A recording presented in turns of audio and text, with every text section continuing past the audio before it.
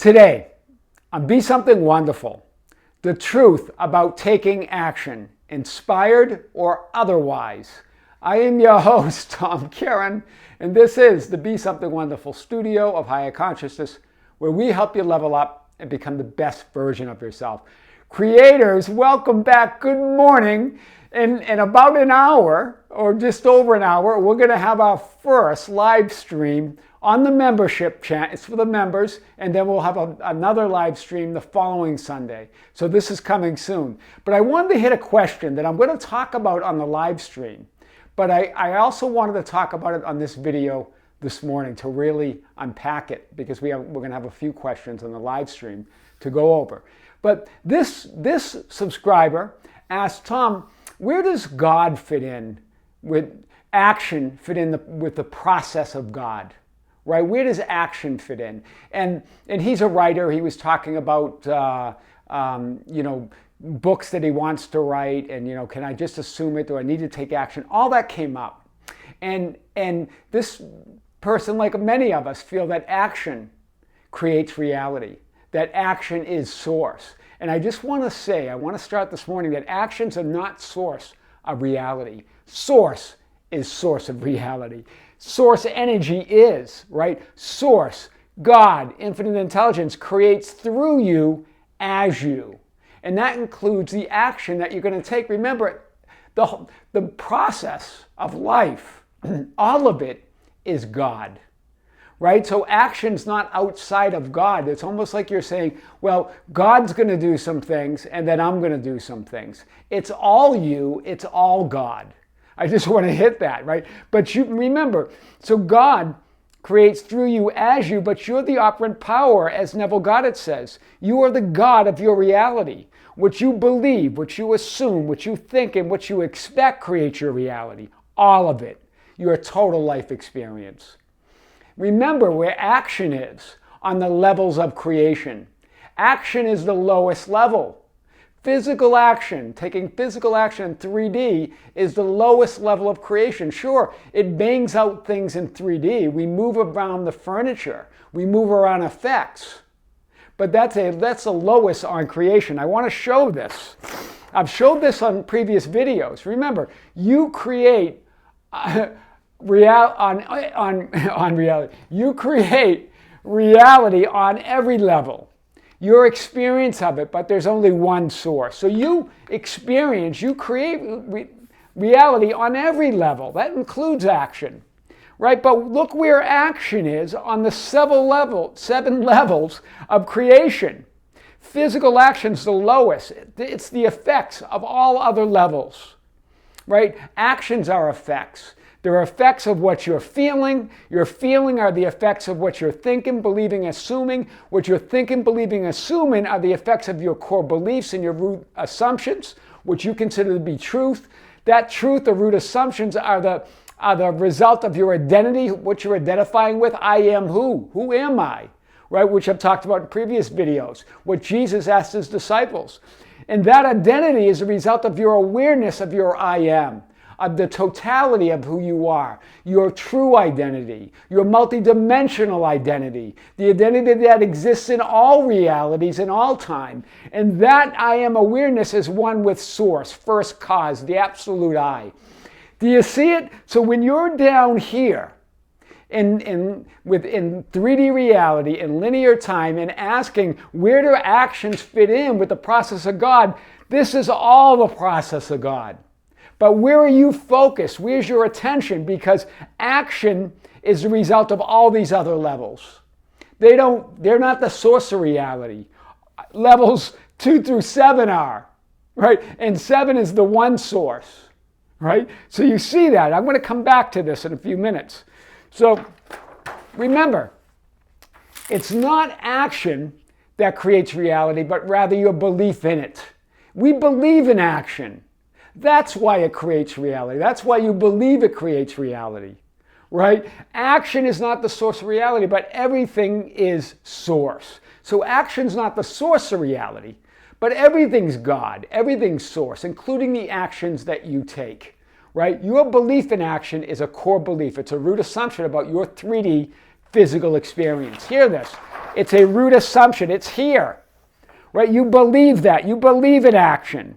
So action's taken. Then you have thoughts about it. You have other assumptions, and you have feelings about it. And we take actions on what we're feeling. Do you see this, right? So here's the thing. You came here to revel and mix it up in the physical world.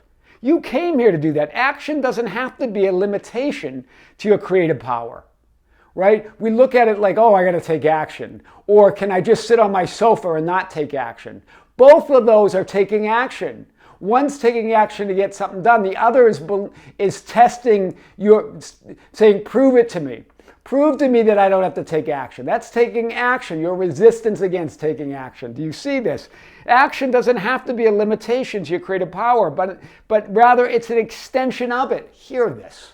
It's an extension of who you are, of all other levels, of the infinite you, of the entirety of you, the totality of you, as Louise Hayes would say, right? The totality of possibilities, right? It's an extension. It's all God. It's all you.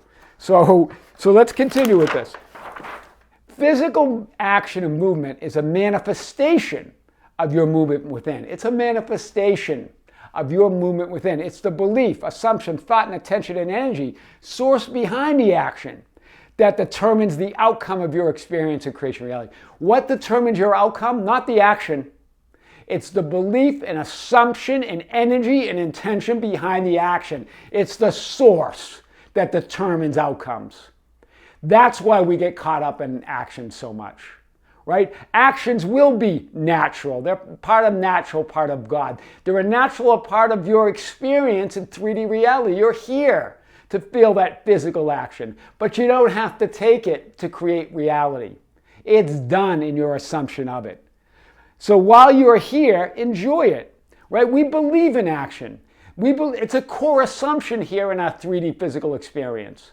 So we believe in that action's part of it. But it can be inspired. It can come from a higher source, right? 3 ways that I've talked about taking action. It's really 4 ways, and I've talked about this before, right? The first one is the lowest denominator. It's reaction. Reacting to an event, reacting to something unwanted, trying to get something done, not liking our current reality, trying to fix ourselves, all of that. It's rooted in the assumption of fear, attention on the unwanted, what we don't like about ourselves, what we don't like about others, right? All of that, right? But then there's inspired action. But really, inspired action is 2 types. It's goal-oriented action, where you make a plan, and then you take steps and set a goal, and you take action towards that goal. You're going to knock it out. That's what we're most used to, right? Or there's truly pure inspired action, because this is still inspired, but pure inspired action is to set a goal, have an intention, have a desire, and then allow the opportunities to unfold. And be moved by that higher power. Be moved by that higher power. What do I mean? When those opportunities unfold, you're going to be moved to take action. You're going to be moved and say, wow, that looks like a great opportunity. This could lead to that, right? Do you see the difference? They're both inspired action. One is where you write the goals down. You know what you want, and then you write the steps to do it. And then you accomplish it on some linear time frame in the future. Or you set your goal, you know your intention, you have your higher intention, source knows, your higher being knows, your inner being knows, then you allow the opportunities to unfold naturally, right? And then you take action. Or the highest form of action, you take action from the identity of already being who you want to be, of already having what you want to have. You take action from being that reality. Right? Wow, that's powerful. Right? So on the first type of, to unpack this a little bit more, reaction based on fear, well, I need it, I want it, I got to have it. That's the lowest form of action, right? It's negative motivation to act, right? If you want to call it that, right? It's based on fear, not love, right? Some think, oh, fear motivates me. Again, maybe. But love is much more powerful, and that's going to lead to everything you want. It's action to fix the messy middle, right? That's what reaction is. You're trying to fix the mess you created within, right? You're trying to compensate. Compensatory action to compensate for the mess that you made in the messy middle, right? What you created by thinking, assuming, and believing in an unwanted outcome or fear of an unwanted reality or not liking what you're seeing, right? You take action to feel better, to compensate for the thoughts and assumptions you're feeling and believing. Do you see it? We feel something, so we take action to feel better. We do something about it. I'm going to take action. I'm going to feel better. And you'll feel better. Yeah, you're going to knock something out there, but all of that's based on fear, right? Higher action is positive action taken toward a goal or desire, right? This is a type of inspired action. First level of inspired action is taking a positive steps towards what you want. It's planned action. You take steps towards it and you move towards your goal, right, in linear time.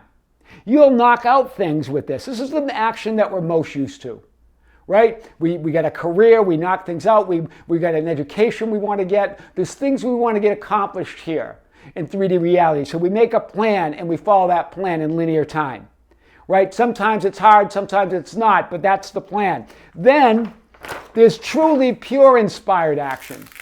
Still even higher action than that is taking planned steps. It's to set your intention higher than taking planned steps.